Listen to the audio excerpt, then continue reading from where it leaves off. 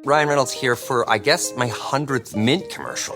No, don't. I mean, honestly, when I started this, I thought I only have to do like 4 of these. I mean, it's unlimited premium wireless for $15 a month. How are there still people paying 2 or 3 times that much? I'm sorry, I shouldn't be victim blaming here. Give it a try at mintmobile.com/save. Whenever you're ready. $45 upfront payment equivalent to $15 per month. New customers on first 3-month plan only. Taxes and fees extra. Speed slower above 40 gigabytes. See details. This episode is brought to you by Experian. Are you paying for subscriptions you don't use, but can't find the time or energy to cancel them? Experian could cancel unwanted subscriptions for you, saving you an average of $270 per year and plenty of time. Download the Experian app. Results will vary. Not all subscriptions are eligible. Savings are not guaranteed. Paid membership with connected payment account required.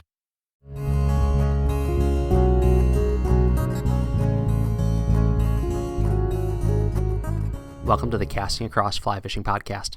I'm Matthew of castingacross.com, where I explore the quarry and culture of fly fishing. It has been an absolutely glorious week where I live. The weather has been perfect. Capital P.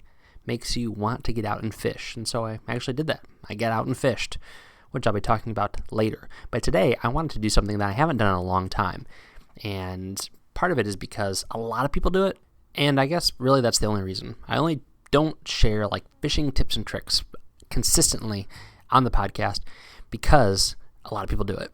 Now, I do over at castingacross.com in articles, but they're short. I mean, most of my articles are between 500 and 700 words. That's like a 5 to 10 minute read. Very, very quick, but half an hour, that's a lot of content when it comes to hashing out the intricacies of a particular fly fishing skill or tactic or technique. But that being said, I was thinking about one area of fly fishing that I really enjoy and how sometimes some of the lesser known and lesser utilized skills within dry fly fishing are not heralded enough. If you think that fishing a dry fly is simply casting upstream, quartering away from you, and letting that fly dead drift such that the fish that you have spotted that is rising will eat, then you're only getting a piece of the puzzle. Those are fun opportunities. I mean, it's that prototypical dry fly situation where that fish is in front of you and the water is going across you, and you can cast upstream and it can float downstream. And it's just this perfect little situation with very few wonky variables. But there's other things you can do, and there's other things that you should be doing. So I want to talk about 3 of those today. And the first is something that I have mentioned before, but I think it bears mentioning again, and that is a dry dropper. A dry dropper. What's a dry dropper? We all know about dry nymph, hopper dropper, all of those things. Dry is maybe not a technical term, maybe there's a better word for it, but it is when you have a dry fly with another dry fly behind it. Now, it is totally acceptable, assuming local regulations allow things like this, to have 2 big puffy dry flies and cast them and double your chances. I don't usually do that. Makes casting wonky because you have 2 things that have a little bit more wind resistance. And so it can make things get extra tangly as nymph rigs get. If you ever try to cast 2 big puffy dry flies or 2 big wind resistant flies, it doesn't go as well. But when I employ this tactic is a few reasons. The first one is when I am fishing a teeny tiny nymph and I am very far away from my target. So I don't mind fishing those 24, 26s. If I'm within 25 feet of my target, it makes it very easy to see that fly, especially if there's a glare on the water, if there's a little bit of a chop on the water. It's not easy by any stretch of the imagination. I should, back up my steps and not say that it's an easy thing. It's just easier. You can still see the disturbance in the water. You can see where your tippet kind of goes, so you have an idea of where your teeny tiny midge, whether it's on the surface or just in the surface, is. And so when you have that gentle little sip, you have confidence that when you're setting the hook, that you're setting your hook and you're not pulling your hook across the face of a fish that is just actively feeding on midges as they are wont to do. But once you get further away, once you see a fish that you can't reach, either because it's spooky or because you just can't wade there or for whatever reason that's, 30, 40 feet out, and you're not going to be able to see that teeny tiny midge. And again, you think about how fish that feed on midges often feed. They're cluster feeding. They're going up and they're sipping and sipping and sipping. They're not necessarily the fish that is sitting in a lane, rising, going down, waiting, rising, going down, waiting. They're fish that are kind of going around and they're sipping a number of different midges in one kind of cluster. And so what do? I am happy to take that size 26 midge, take some 7X tippet, run 2 to 3, maybe even 4 feet off the back of a hook of a smaller indicator fly, like maybe even a size like 18 parachute Adams. And that rig is not going to be super wind resistant. If anything, actually, I find that if you do this and you're making those long casts and you have a stiffer 5-weight or even a 6-weight, that having that other fly on there, that bigger quote-unquote indicator fly, it doesn't have to be, it could be any sort of dry fly, it doesn't have to have a post, but I tend to think that a smaller fly with a post is better than a larger fly without a post if you're using it really as an indicator for a smaller dry fly. But having that larger fly on there makes casting that stiffer rod or that heavier rod a little bit easier to making a good presentation with that virtually weightless fly at a distance. So you're basically casting that 18 fly as opposed to that 28 fly. Now, could this be sacrilege to some people? Absolutely, but it works. It works really well, especially if you are able to cast with some accuracy. You're able to allow that second fly to straighten out, and you've got to be careful to not put too long of a tag between your first fly and your second fly if this is the case. But you make a good cast, that second fly is able to get out there, and you know that if there is a rise 2 or 3 feet past your indicator fly, that's probably yours. Or having that indicator fly gives you an opportunity to have a visual cue to your smaller dry fly, which is out past it. So you are able to hone in on where that is quicker. You're able to follow that tag, little bit of tippet in the glare or into the disturbance of the surface of the water, and you're able to see the dimple of where your teeny tiny fly is, even though you're further away from it. It's a really great approach. Now, this is a similar thing. You can do this with a merger, or one of the things I really like to do with this rig is I will fish 2 dry flies and I won't put floating on the second one. So if fish are doing weird stuff and they're splashing kind of funny when they rise and they're just not acting like prototypical splashing or sipping rises, then I will take, say, a size 18 blue wing olive and then like an 18 CDC blue wing olive off the back of that, but I won't put any floating on that second one. And you know, there's good floating you can use on CDC, but what I'm saying is that I won't add anything to it or I won't dry it off once it starts to get a little bit soggy. So it's not a true emerger, but it's sitting much more flush in the surface of the water, and by casting and by being held up by that first fly, it's going to not get so waterlogged that you're going to need to necessarily dry it off using any sort of product. So that's my first kind of dry fly tactic, is using a dry dropper situation. I guess the dropper would be the dry. So the dry dropper dry, I don't even know how you would say it. I'm sure this is out there and there's books on it, whatever, but this is what I do. Definitely check it out. A dry fly with a dry fly behind it. Just don't make them 2 size 12 humpies. I mean, you could do that, but I wouldn't do it. Okay, second thing is the pile cast, aka the puddle cast, aka the parachute cast, aka casting so that there is slack line downstream. So don't fish dry flies downstream. Why? Because the fish rises, its mouth is open, so when you set the hook, it comes straight out. Well, yes and no. I've caught so many fish fishing dry flies downstream, and sometimes it is the most effective way to approach a fish based upon its feeding lie. You just need to be very conscientious that you have to wait an extra beat, and I can't describe what that is, and really it does depend on the type of rise of a fish. I mean, if you have a fish that's swirling at things, it's going to set itself because it's coming from downstream and it's coming up and around that fly for all intents and purposes. It's going to set itself. There's no problem with that. But for a fly that's doing a prototypical rise, coming up, mouth wide open, you see that white, man, you see the white of an open fish mouth, and you have to wait to set the hook. That's a difficult thing, but you have to do that if you're fishing downstream. So with that all said, why use a pile cast? And well, first, what is a pile cast? A pile cast is effectively achieved by casting your line up high as you go to make your presentation and then dropping the tip of your rod down low, which effectively pulls that line down. So if you can imagine, it's moving away from you at an upward trajectory rather than at a level trajectory.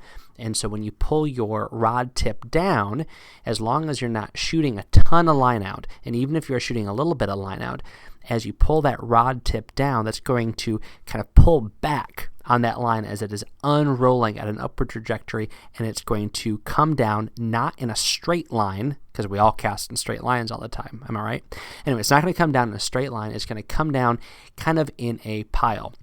Now, if you do it at the right time, your line is going to be primarily what gets puddled up between you and your fly. Your leader and your fly hopefully have enough energy in them that they are going to straighten out. This takes practice. This is a cast that takes practice, and it takes practice on the water. You're really not going to be able to see if you're doing this well on your grass. You can mess around with it, but doing this live is the best way to figure out how to do it.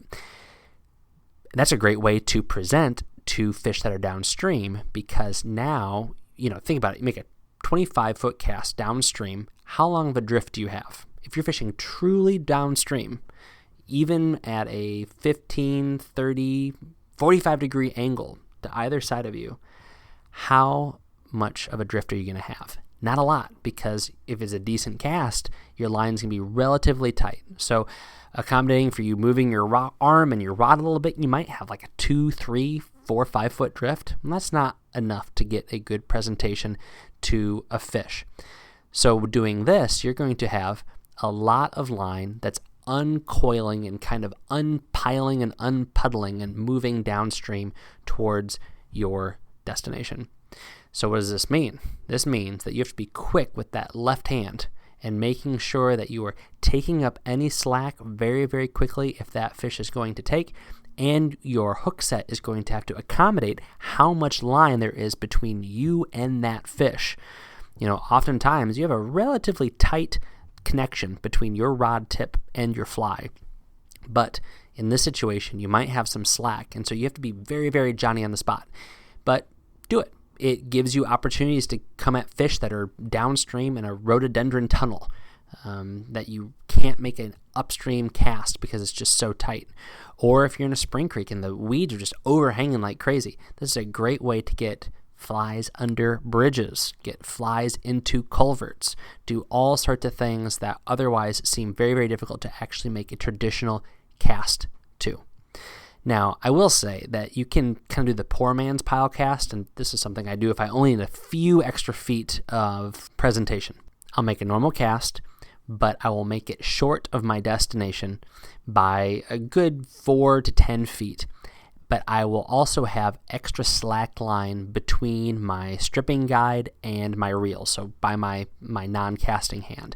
And as soon as my line and fly hit the water, I will wag my fly rod back and forth and strip out that 4, 6, 8, 10 feet of line and create a couple of big, swervy S's in my fly line right at the tip of my rod. So I drop my rod tip low after my cast, I go back and forth, and the tension of the water pulls out that line, and so it's a normal cast, and now I just have a little bit of a longer drift. So it's not as pretty, it's not as professional, it is not as fancy as a pile cast, but it accomplishes the same thing if you only need a little bit of line, or if you can't make that high trajectory cast where you are dropping your rod tip down. So pile cast is a great way to make a downstream presentation, but it's something I think that you need to really practice on the water making the cast, and then just learn that discipline of setting the hook at the right time. Not when the fish rises, but when you need to set the hook. And there's really no great way to explain that on a podcast. It's you got to do it, and you're going to mess it up. I mess it up. Everybody messes it up. But there are great chances to get at fish that you couldn't otherwise get at if you're able to become proficient at making downstream presentations with dry flies. All right, so we talked about the dry dropper situation. We talked about a pile cast, and the third one is skating dry flies. Skating dry flies. So this is where I'm going to go completely non-traditional and fly by the seat of my pants just by what I do. So there are flies that are designed for skating. There's spider flies and skating flies and all those things. And effectively what they are is flies with lots of long hackle that allow that fly to ride high enough on the water that the body is not going to get pulled down in, which would cause the fly to submerge, both on the presentation, but then the next time you cast it, it's going to be waterlogged and it's not going to do what you want it to do, which is to skate across the top of the water. Now, you might see this happening a lot with folks fishing for Atlantic salmon, for all of the Atlantic salmon fishing that you're watching, but there's other traditional applications for skating, and this could be an entire podcast on its own. I know South Central Pennsylvania guys did skating with some really cool patterns that they created, but again, this is kind of a salmon thing, but then a lot of trout fishers do this. And what is it? You are making a retrieve with a dry fly. You're pulling a dry fly across the surface so that it will trigger a strike. Again, this is so far from a dead drift, but there's bugs that do this. And there's fish that don't care what bugs do. They're going to see something making a disturbance on the surface. They may very well think that your size 18 BWO that you are pulling up to cast again is a food that they've never seen before, but it's a food and they're a fish and they're happy to go after it. I mean, that's the thing about fly fishing. You've got these animals that more often than not just want to eat something. So we overthink it sometimes. And you think about everybody who's casting a MEPS spinner or a jitterbug who's catching fish, and then you get over to fly fishing and we think it would be so delicate and so kind of gentle and finesse. But man, people catch trout from all sorts of creeks. Poachers are catching trout, dragging wacky worms through the same spring creeks that we fish. So why do we think that it has to be the teeny tiny, perfectly proportioned, nice little winged dry fly? No, sometimes you can mix it up a little bit. You never know what fish are going to do. I've seen spring creek fish acting totally dumb and stockers that are not going to open their mouth if you give them a tiny little filet mignon on a hook. So you skate a dry fly because it just gives a different presentation. You see grasshoppers that move across the water. You see caddis that are flittering and trying to get away. You see all sorts of different bugs that are actually doing this. And then there's a whole just attractor approach where this is something moving. So how do you do this? You can do it a lot of different ways. I like to cast directly across from me, across the stream, and then raise my rod tip and pull in the slack at the same time with my non-casting hand. So raising the rod tip and pulling line in at a kind of commensurate pace so that I'm maintaining that tight contact with that fly. Because although that fly is moving, I do want to set that hook as soon as I get any sort of action on it, because you're not stripping it in really, really fast like a mouse where you need to let it kind of sit and chill and let that fish hook itself. You're pulling it kind of quickly across the stream, but you're not making a big furrow in the water. You're making a nice, delicate wake, something that a critter of that size would make. And so what do I use to do this? Well, you can use anything. You put in a floating on a fly and it's going to skitter across the surface. I mean, you see this, as I mentioned before. Have you ever had a fish take as you are pulling your dry fly up to your back cast? That happens all the time. Fish will take the nymphs as they rise up through the water, and they will take the dries as they skate across the surface because they're just fish looking for food. So I like to use buggier, stiffer hackled dry flies. If you can get stiff hackle, you can tie flies that are going to ride on the tips of the hackle much, much longer than if the hackle is very, very delicate, which we traditionally use for the dry flies that were just dead drifting. Also, flies that have elk hair or deer hair, both as the wing or the body, are very, very good for this because they are not going to absorb as much water. They're also generally a little bulkier, so they're going to give you a better wake as you strip them in. So you can do this with anything, but you can get buggier flies that are going to have more prominent hackles. And even if you were to use something like, think like a pattern like the Renegade. Now, traditionally the Renegade is, it's 2 hackles with a peacock body, I'm pretty sure, in the middle there. And usually it's tied with a soft hackle. But if you tied it with when I say soft hackle, I don't mean like the style of fly, the soft hackle, but just like a traditional dry fly hackle. But if you either tie it with a little bit of stiffer hackle, or you do more wraps, so it's a more tight, compact hackle on the front by the eye of the hook and the back at the end of the shank of the hook, then you're going to have a fly that's going to sit up nice and high. You don't really need a tail. You really just need something that's going to float. So I'll actually tie what look like, I think it's probably really getting close to spider flies, which have nothing to do with the actual arachnid, the spider, but they almost look like Griffith gnats with really buggy hackle all the way palmered from the hook eye to the bend of the hook, with maybe just wire or tinsel or something to give a little bit of color in the sun. But the idea is to have something that just floats high, doesn't sink, presents a profile up on the surface, and creates a moderate to minor wake as you pull it across. This is a great way to catch trout. It's a great way to catch panfish. You probably catch all sorts of stuff doing this, but it's just a fun way to mix up your dry fly fishing and maybe coax some fish that are going to respond in a predatory and kind of impulsive manner, as opposed to just chilling, waiting for that perfect thing to float down to them. All right, there's 3 dry fly tactics. There are countless more, so we'll probably have another go at this sometime in the near future. But try out that dry with a dry dropper, try skating flies, and try the downstream pile cast, puddle cast, slackline cast. You will be very, very pleased as you incorporate those things into your trout fishing tactics. This week on Casting Across, the first article on Monday was called "The Woods Should Be a Little Scary." The woods should be a little scary. And I was reminded of the fact that we all have a first time to do things that are either a little bit more challenging, or we're doing things that are normal, but we do them by ourselves, as I was camping with my boys. And so I talked about that and how, if we're not putting ourselves into situations that, not like being afraid, but we have fear, a good, healthy fear, which really moves more towards respect than anxiety, if that makes sense. So a good, healthy fear is more about respect than anxiety.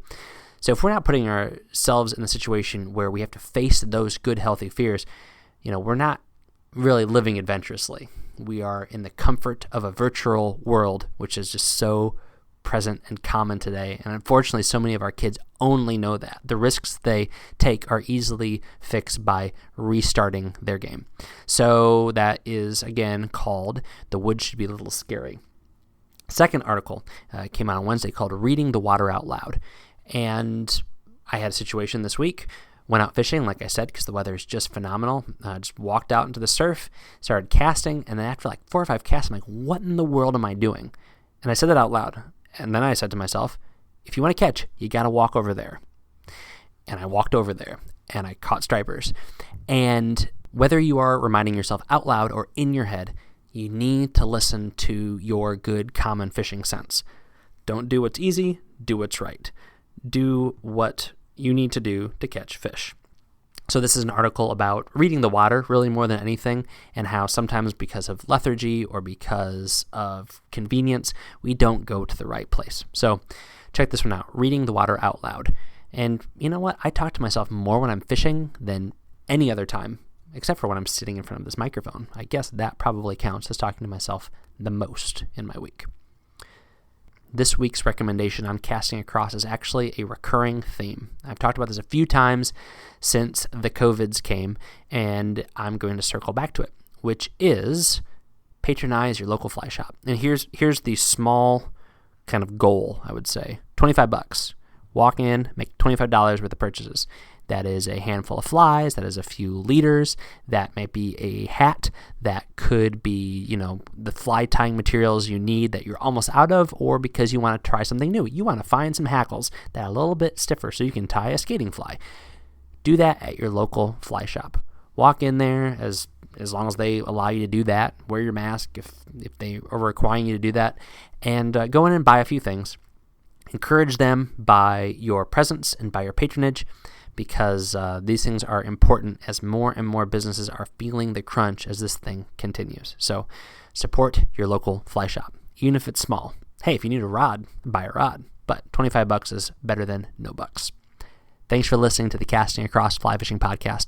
Please subscribe on your favorite podcast app and rate the podcast on iTunes. Then head over to castingacross.com, where you'll find more info on this podcast and 3 posts a week on the people, places, and things that go into the pursuit of fish.